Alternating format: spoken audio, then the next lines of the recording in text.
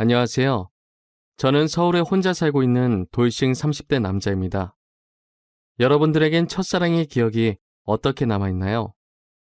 다시 생각해도 설레고 아련하고 그리운 기억으로 남아있으신가요? 남자는 생각만 해도 설레는 첫사랑을 죽을 때까지 못 잊는다고 하던데 저는 다른 의미로 첫사랑을 죽을 때까지 못 잊을 것 같아요. 어쩌다 제 첫사랑의 기억이 이렇게 바뀌게 되었는지 지금부터 이야기를 풀어볼게요. 저는 고등학생 때 같은 반이었던 아내를 보고 첫눈에 반해 짝사랑을 해왔었어요. 가슴 간질간질거리는 저의 첫사랑이 그렇게 시작된 것이죠. 아내는 미모가 뛰어나서 전교생에게 정말 인기가 많았어요. 여자들은 아내가 쓰는 물건들을 따라 샀었고 학교에서 인기 좀 있다는 잘생긴 애들도 아내의 뒤를 졸졸 따라다녔었어요. 하지만 저는 잘생긴 것도 아니고 그렇다고 날씬한 것도 아니라서 뒤에서만 아내를 봤었어요. 정말 평균 이하의 외모에 살집도 있는 편이라 제가 봐도 너무 별로더라고요. 늘 그렇게 뒤에서 아내를 지켜보다가 아내가 가는 대학에도 따라 들어가게 됐어요. 아무리 그래도 그 정도까지 하냐고 말하시겠지만 저는 그만큼 아내를 무척이나 좋아했었거든요. 제 세상은 아내에 의해 흘러간다고 볼 수 있었어요. 그렇게 대학을 가서도 혼자 속으로만 좋아하다가 대학 졸업할 때쯤 제가 용기를 내서 아내에게 고백을 했어요. 현이야, 친하지도 않은 내가 이렇게 불러내서 당황했지. 졸업하기 전엔 꼭 너한테 하고 싶은 말이 있어서 불렀어. 나, 너 좋아해, 현이야. 나도 알고 있었어. 고등학생 때부터 뒤에서 계속 나만 보던데 어떻게 몰라? 다른 애들은 나랑 얘기 못해서 안달이었는데 넌 끝까지 쳐다만 보더라? 아, 알고 있었어? 다른 애들은 다 잘생기고 이쁜데 난 너무 못생겼잖아. 그래서 너한테 말을 걸 용기가 없어서 그냥 뒤에서 쳐다만 봤어. 차라리 말을 걸지 그랬어. 뒤에서 쳐다만 보면 얼마나 무서운 줄 아니? 장난이야. 오히려 다른 애들과는 다르게 특이해서 자꾸 눈길이 가더라고. 아, 그랬어? 그럼 계속 특이한 애로 남게 오늘도 말 걸지 말 걸 그랬나? 나 근데 정말 너 좋아해. 대학까지 따라올 만큼 진짜 진심으로 좋아해. 대학까지 따라온 거야? 내가 뭐라고 이렇게 좋아해 주는 거야? 나 정말 별거 아닌 사람인데. 아니야. 너만 보고 있으면 주변이 환해지고 너가 웃을 때마다 내가 행복해지는걸. 이젠 졸업 앞두고 마지막이라고 생각하고 말한 거야. 부담 가지지 마. 대답 안 해줘도 돼.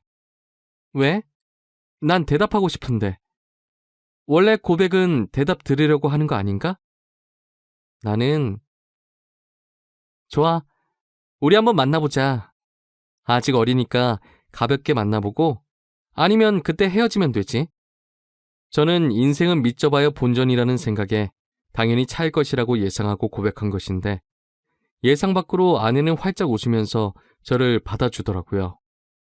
그렇게 저희는 얼떨결에 연애를 하게 되었어요. 남들과 똑같이 데이트도 하고 사랑을 나누었죠. 아내 주변에서는 도대체 저를 왜 만나냐고 했었는데 그냥 웃기만 하더라고요. 저는 이유가 뭐든 지금 아내와 사귀고 있다는 자체가 행복해서 아무런 상관이 없었어요. 그리고 졸업을 하고 저는 운 좋게 대기업에 취업을 하게 되었어요. 아내도 대기업에 계속 이력서를 넣어보는데 서류 전형은 대부분 합격을 하는데 저보다 자격증이 많이 부족해서 그런지 최종 면접에서 항상 떨어지더라고요. 결국은 대기업은 포기하고 중소기업에 취직을 하게 되었죠. 위로가 전혀 안 되겠지만 그래도 아내에게 취직 축하한다고 맛있는 것도 사주고 아내가 평소 갖고 싶어 했던 지갑도 축하 선물로 사줬습니다. 아내는 저의 응원을 받고 힘을 내서 열심히 회사를 다녔어요. 제가 어느 정도 직급이 올라갔을 때 아내에게 결혼을 하자고 했어요. 아내는 망설임도 없이 단칼에 제 청혼을 거절하더라고요. 아직 직장이 변변치 못하다면서 자신이 당당해질 수 있을 때 결혼을 하고 싶다고 했었어요. 아무것도 없는 나랑 결혼하고 싶다고 해줘서 너무 고마운데 아직 내가 직장이 변변치 않아서 지금 결혼하기엔 너한테 너무 미안해. 그럼 내가 싫어서 거절하는 게 아니라 직장 때문에 거절하는 거야? 직장이 무슨 상관이야. 우리 둘이 잘 살면 되는 거지. 그래도 직장이 좋아야 월급도 많이 받고 우리가 걱정 없이 살 거 아니야. 너 월급에 비하면 내 월급은 너무 작잖아. 나는 내가 네 앞에서 당당해질 수 있을 때 결혼하고 싶어. 그래도 너가 안 버는 것보단 낫지. 우리 둘이 같이 벌면 괜찮아. 그리고 나 혼자 벌어도 너 하나쯤은 먹여 살릴 수 있어. 아내가 저보다 못한 직장에 다닌다고 스트레스 받아 하는 것 같아서 괜찮다고 다독여줬어요. 아내는 제가 대기업에 다니니까 확실히 제 월급이 자신 월급보다 많다는 것을 알았지만 정확히 얼마나 되는지 모르는 상태였거든요. 그래서 저는 아내에게 이 정도의 월급을 받고 있으니 결혼해도 문제가 없다고 설득했죠. 제가 자신보다 2배 넘게 받는다는 것을 듣고 놀라더니 고민을 하는 것 같더라고요. 계속되는 저의 설득 끝에 아내는 긍정적으로 생각이 바뀐 것인지 제 청혼을 받아주었어요. 제가 이렇게 결혼을 서두르게 된 이유는 회사에서도 아내가 인기가 많은 것 같더라고요. 아내가 종종 회사에서 치근덕거리는 남직원이 있다고 얘기를 꺼낼 때마다 다른 남자들이 더 이상 치근덕거리지 않게 얼른 결혼을 해야겠다는 마음을 먹게 됐죠. 저는 그렇게 힘들게 아내와 결혼하는 데 성공했습니다. 저희는 결혼한 지 2년이 지났는데도 자식 없이 여전히 둘이서 신혼생활을 보내고 있어요. 사실 아무리 노력을 해도 아이가 저에게 찾아올 생각을 하지 않더라고요.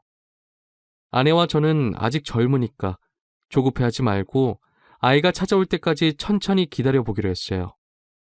그러다 결혼 3년 차가 되었을 때 아내가 임신을 했더라고요. 저희 부모님은 아들이든 딸이든 상관없다며 너무 수고했다고 고맙다면서 아내의 손을 꼭 잡고 우셨어요. 아내도 어머니의 눈물을 보고선 살짝 눈가에 눈물이 고였더라고요. 며느리 아끼는 시부모님 덕분에 낙동강 오리알 신세가 된 저만 힘들어졌었어요. 아내 회사가 중소기업이어도 설립자가 여성분이어서 그런지 복지가 대기업 못지않게 좋더라고요. 아내는 일을 하면 스트레스 받을까봐 아이를 위해 휴직을 하고 집에서 쉬고 있었어요. 혹시나 쉬면서 집안일이라도 할까 어머니께서 집에 오셔서 아내 대신 집안일을 다 해놓고 가시더라고요. 저도 퇴근하고 오면 어머니의 잔소리를 듣고 아내의 시중을 들기 시작했고요. 아내 시중을 들면서도 저는 태어날 아이 생각에 하나도 힘들지 않았고 행복했어요. 저희는 아들, 딸 구애받지 않으려고 병원에 검진을 가도 성별을 알려고 하지 않았어요. 출산하고 아이를 보러 신생아실에 갔는데 아내를 아주 쏙 빼닮은 귀여운 딸이더라고요.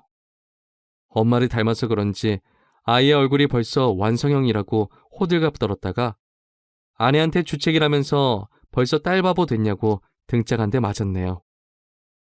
아내 손이 매운 편인데 저는 그날 아무리 맞아도 아프지가 않고 오히려 간지러웠어요. 이래서 다들 딸 낳으면 딸 바보가 되는 건가 보다 싶더라고요. 딸이 태어난 지 이제 1년이 넘어가기 시작했을 때 저는 집 앞에서 충격적인 장면을 목격하게 됐습니다. 제가 직급이 올라가면서 회의다 뭐다 여기저기 불려다니다 보니 정시 퇴근하는 아내가 항상 저보다 먼저 집에 와 있었어요. 그런데 제가 몸이 안 좋은 것 같아서 회의에 참석하지 못하고 집에 바로 온 적이 있었어요. 차를 주차하고 내리려고 가방을 챙기는데 어떤 차에서 내리는 아내가 보이더라고요. 아내는 운전면허가 없어서 항상 제가 데려다 주거나 대중교통을 이용해서 출퇴근을 했었거든요. 저는 처음엔 동료가 데려다 준 거라고 생각하고 신경을 쓰지 않으려고 했었어요. 그런데 아내가 집에 들어가려고 할 때 남자가 차에서 내리더니 아쉽다는 듯 아내의 손을 잡더라고요. 저는 내리려고 손잡이에 올린 손을 떼고 그 모습을 어처구니 없이 쳐다보고 있었어요. 아내는 남자를 보면서 웃고 있고 남자는 잡은 손을 앙탈 부리듯이 흔들고 난리도 아니더라고요. 다른 사람이 보면 그 둘이 부부인 줄 알겠더라고요. 하필이면 제 차가 입구 정면에 주차하고 있어서 제 블랙박스에 그 장면이 그대로 다 찍혔었어요. 저는 차 안에서 나오지 않고 아내가 들어간 후에도 그 장면만 계속 돌려보고 있었어요. 잘못 생각한 거라고 현실을 부정하려 했지만 보면 볼수록 외도가 맞는 것 같아서 화가 나더라고요. 더 확실한 증거를 잡아야겠다는 생각에 저는 집으로 바로 들어가지 않았어요. 차 안에서 쉬다가 원래 제가 퇴근하던 시간에 맞춰서 집에 들어갔죠. 아내가 웃으면서 저한테 왔냐고 말하는데 온몸에 소름이 돋았어요. 저는 아무것도 못 본 사람 마냥 아내에게 평소와 다를 것 없이 똑같이 대했었어요. 아내가 음식을 하는 동안 혹시나 다른 증거들이 나오지 않을까 싶어서 아까 아내가 입고 있었던 코트를 뒤졌는데 아무것도 나오지가 않더라고요. 저는 아내가 잘 때 휴대폰을 몰래 확인해 보기로 마음먹었습니다. 아내가 먼저 잠든 것을 확인하고 휴대폰을 들고 조용히 거실로 나왔어요. 잠금이 걸려 있었는데 비밀번호가 딸 생일이더라고요. 저는 고민할 것도 없이 제일 먼저 카카오톡을 들어가 보았어요. 전부 회사 직원들과의 단톡이나 제가 알고 있는 고등학교 친구들과의 단톡이었는데 유일하게 한 사람만 개인톡을 하고 있더라고요. 저장명도 심상치 않은 게 제 직감으로는 이 사람이 아까 아내를 데려다 준 사람이라고 생각했죠. 개인톡을 들어가 보니 역시나 제 예감이 딱 들어맞았더라고요. 아내가 저랑 연애했을 때보다 그 사람이랑 더 달달하게 카톡을 주고받았어요. 그런데 두 사람이 사귄 지가 꽤나 오래된 사이였던 것 같았어요. 같이 데이트하면서 찍은 음식 사진에 남자가 살짝 걸려있는 사진들과 대놓고 찍은 커플 사진들도 있길래 모조리 제 휴대폰으로 옮겨놓았어요. 그리고 다음날 아침밥을 먹으면서 아무렇지 않은 표정으로 평소 대화하듯 아내에게 이혼 서류를 준비하라고 했어요. 아내는 잘못 들은 건가 싶은 표정으로 갑자기 무슨 소리냐고 하더라고요. 저는 아무 말 하지 않고 커플 사진을 아내의 폰으로 전송했어요. 방금 내가 당신한테 사진을 하나 보냈는데 그게 우리 이혼 사유야. 그러니까 군말 없이 퇴근하면 이혼 서류 준비하고 당신 짐 싸놓고 있어. 여보, 내가 미안해. 다신 안 그럴게. 잘못했어. 내가 당장 그 남자 정리할게. 우리 딸을 봐서라도 이 엄마는 안 돼. 엄마는 아빠 없는 애로 키울 수 없잖아. 안 그래? 그걸 아는 사람이 남편 두고 이렇게 딴 남자를 만나고 있었던 거야? 저번에 친구랑 저녁 먹고 온다고 했던 날도 그 남자랑 먹었더라? 그땐 정말 아무 사이 아니었어. 그날은 둘 다 상사한테 엄청 혼나고 퇴사 고민할 만큼 힘들길래 같이 저녁 먹으면서 하소연하고 헤어진 게 다야. 진짜야. 거짓말 치지 마. 내가 그전 대화까지 안 봤을 것 같아? 내가 사진만 대충 본 줄 아는 거냐고. 대화 내용까지 다 봤는데 왜 거짓말 치는 거야? 나도 모르겠어. 이렇게 거짓말 해서라도 당신 잡고 싶었나 봐. 내가 잘못했어. 나를 욕해도 좋아. 그런데 이혼만은 절대 안 돼, 여보. 그래? 그럼 지금 그놈이랑 당장 헤어져. 그렇지 않으면 난 무슨 짓 할지 몰라. 당신 회사에 불륜 증거 다 뿌리고 이혼할 수도 있어. 아내는 회사에 불륜 사실을 알리겠다고 하니 당장 그 남자에게 전화해서 이별을 통보하더라고요. 그리고 며칠 뒤 아내한테 들은 얘기인데 아내와 헤어지고 그 남자는 이직을 했다더라고요. 어디로 이직했는지는 모르고 남자가 휴대폰 번호를 바꿔버려서 만약에 다시 만나고 싶다고 한들 만날 수 없는 상황이라고 확실히 관계가 끝났다는 것을 말해줬어요. 저는 제가 있는 앞에서 이별을 통보했던 아내라 저 말을 의심조차 하지 않고 믿었던 것 같아요. 조금이라도 의심해보고 제가 직접 알아봤어야 할 내용이었는데 말이에요. 그리고 저희는 다시 예전 신혼 때처럼 관계 회복에 성공했어요. 아내가 미안했는지 그 사건 이후로 제게 과하다시피 너무 잘해주더라고요. 그 행동도 의심해봤어야 했는데 말이에요. 그 사이에 귀여운 딸이 저희에게 한 번 더 찾아왔어요. 이번에도 아내를 쏙 빼닮아 너무 이쁘더라고요. 어쩜 두 딸 모두 좋은 유전자만 받고 태어난 건지 눈에 넣어도 안 아플 지경이었어요. 제가 한동안 딸 보는 재미가 얼마나 쏠쏠했는지 몰라요. 주위 사람들한테 요즘 딸 보는 맛에 산다고 말하고 다닐 정도였어요. 요즘은 아들보다 딸이 더 좋다고 하던데 딸들을 보고 있으니 왜 그런 말을 하는지 알 것 같았어요. 어찌나 애교도 많고 저를 보고 방긋방긋 잘 웃던지 나중에 커서 딸이 결혼한다고 하면 정말 대성통곡할 것 같았어요. 저는 영원히 제 딸들을 옆에 끼고 살 수 있을 줄만 알았어요. 그날만 아니었다면 말이죠. 제가 중요한 프로젝트를 맡고 있어서 잠을 제대로 못 잔 적이 있었어요. 평일엔 프로젝트 때문에 주말엔 딸들 보느라 피로가 누적이 되었던지 그날은 정말 낮잠을 안 자면 제가 과로사할 수도 있겠다는 생각이 들더라고요. 웬만하면 아이들을 봐주려고 했는데 도저히 못 버티겠어서 정말 오랜만에 주말에 잠시 낮잠을 잤었어요. 그러다 중간에 목이 너무 말라서 잠에서 깨버렸어요. 거실에서 아내가 통화를 하는지 문틈 사이로 아내 목소리가 어렴풋이 들리더라고요. 스피커폰으로 해놓은 건지 간간히 다른 사람 목소리도 들렸었어요. 저는 목이 말라서 아플 지경이길래 물을 마시려고 손잡이에 손을 올렸는데 아내가 하는 말에 문을 열지 못하고 그 자리에서 굳어버렸어요. 오늘 남편 얼굴 보는데 날이 가면 갈수록 더 못생겨지더라. 살만 디룩디룩 쪄서 진짜 얼굴 맞대고 밥 먹기 힘들어. 같은 공간에 있기도 싫어. 그러니까 내가 계속 이혼하라고 했잖아. 언제 이혼할 건데? 이대로 살 생각이야? 도대체 언제까지 이러고 있을 건데? 나 이제 당신 남편이 불쌍해 보일 지경이야. 아니 뭐 아직 애들도 어리고 내 월급으로 애들 키우는 건 힘들잖아.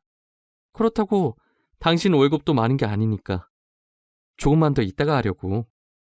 이혼할 생각이 있긴 한 거야? 내가 봤을 땐 당신 남편이 가진 돈 때문에 이혼 안 할 것 같아. 말로만 이혼할 거라고 하고 계속 이런 식이면 나 당신 남편한테 다 말할 거야. 아, 좀 기다려보라고 했잖아. 왜 이렇게 보채는 거야? 매력 떨어지게. 우리 딸 부족함 없이 키워야 하지 않겠어? 그러니까 조금만 참아. 그건 그렇긴 한데 나도 애기들 보고 싶단 말이야. 맨날 사진으로만 보고 나도 실제로 애기들 알아보고 싶어. 근데 지금 자기 애도 아닌데 자기 애라고 믿고 저렇게 좋아 죽는 꼴이 너무 웃겨. 진짜 멍청한 거 아니야? 얼굴이 자기랑 너무 다르잖아. 당신 닮아서 얼마나 이쁜데. 자기 애라고 믿지? 얼핏 들었을 때 대화 내용으로 아내가 상간남이랑 통하고 있었다는 걸 알아차렸어요. 얼굴 얘기하면서 제 험담을 할 때부터 저는 손을 뻗어서 화장대에 있던 제 폰을 들고 아내의 통화 내용을 녹음하기 시작했었어요. 둘이서 오가는 대화들이 정말 갈수록 가관이더라고요. 제 험담은 그럴 수 있다고 생각했는데 이제껏 제 딸이라고 믿었던 애들이 알고 보니 제 딸이 아니라 상간남 딸이라고 하니까 너무 충격적이더라고요. 저는 들고 있던 폰을 바닥에 떨어뜨렸고 그 소리에 아내가 놀랐는지 황급히 전화를 끊더니 방문을 열고 불을 켜더라고요. 불을 켜자마자 바로 앞에 서 있던 저를 발견하고 놀라서 소리를 지르더라고요. 여보, 당신 언제부터 여기 있었어? 혹시 내가 통화하는 거 들은 거야? 어디서부터 들었어? 다 들었어? 너 당장 내 집에서 나가. 더 이상 네 목소리 듣고 싶지 않으니까. 아무 말 하지 말고 지금 조용히 그대로 문 열고 나가. 여보, 이거 오해야. 내 말 좀 들어봐, 어? 당신이 지금 어디서부터 뭘 들었든 다 오해야. 그러니까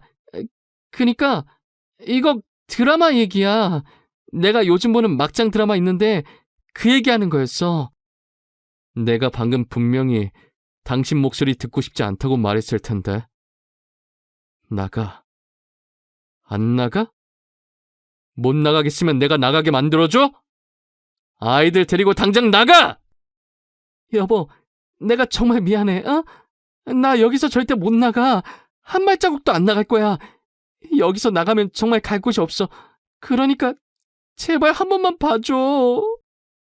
괜히 입만 아프게 더 말할 필요 없고 여기 있는 물건들 다 내 돈으로 산 거니까 그대로 두고 귀찮게 짐 쌀 필요 없이 몸만 나가면 되겠네.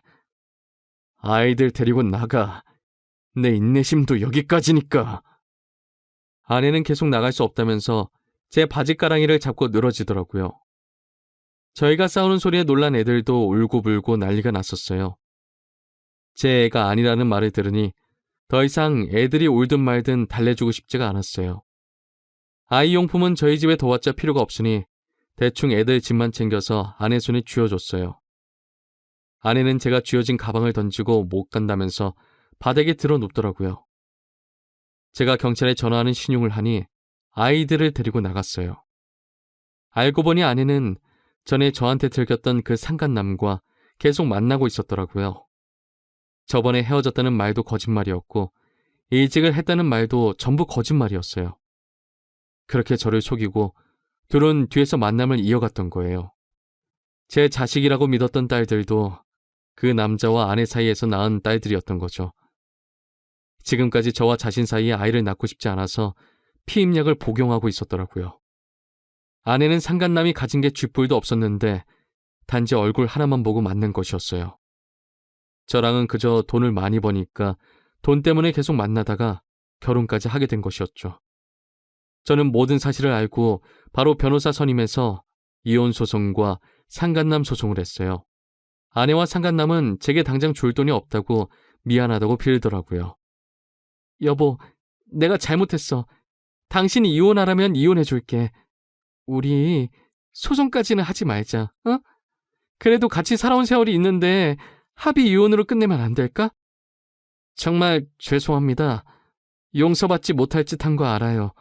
그치만 소송만은 하지 말아주세요. 모아둔 돈도 없어서 당장 위자료 줄 돈이 없어요. 이렇게 부탁드립니다.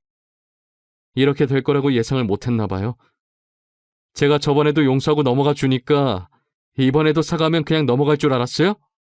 저 절대 고소 취할 생각 없습니다. 아내가 외도한 게 이번이 처음도 아니고 심지어 똑같은 남자랑 다시 외도를 했는데 저는 너무 괘씸해서 그 둘을 선처해줄 마음이 전혀 없었어요. 결국 둘은 저한테 줄 위자료가 없어서 사채까지 써서 줬더라고요. 매달 정확하게 들어오는 월급 받고 사채를 쓴 모양인데 제가 가만히 있을 리 없었죠.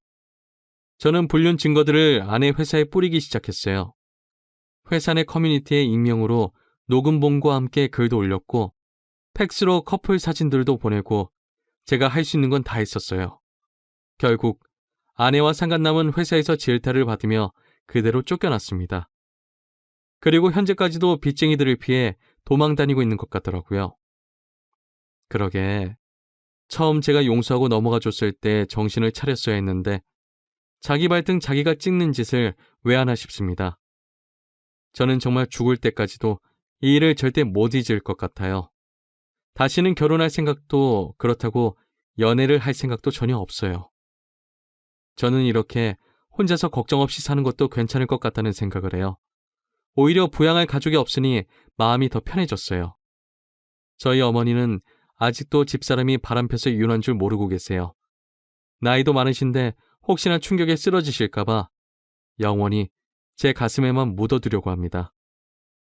여러분들은 첫사랑의 기억이 꼭 이쁘게 남아있었으면 좋겠네요. 지금까지 제 이야기 들어주신 모든 분들께 감사합니다. 모두 가족들과 행복하고 따뜻한 겨울 보내시길 바랍니다.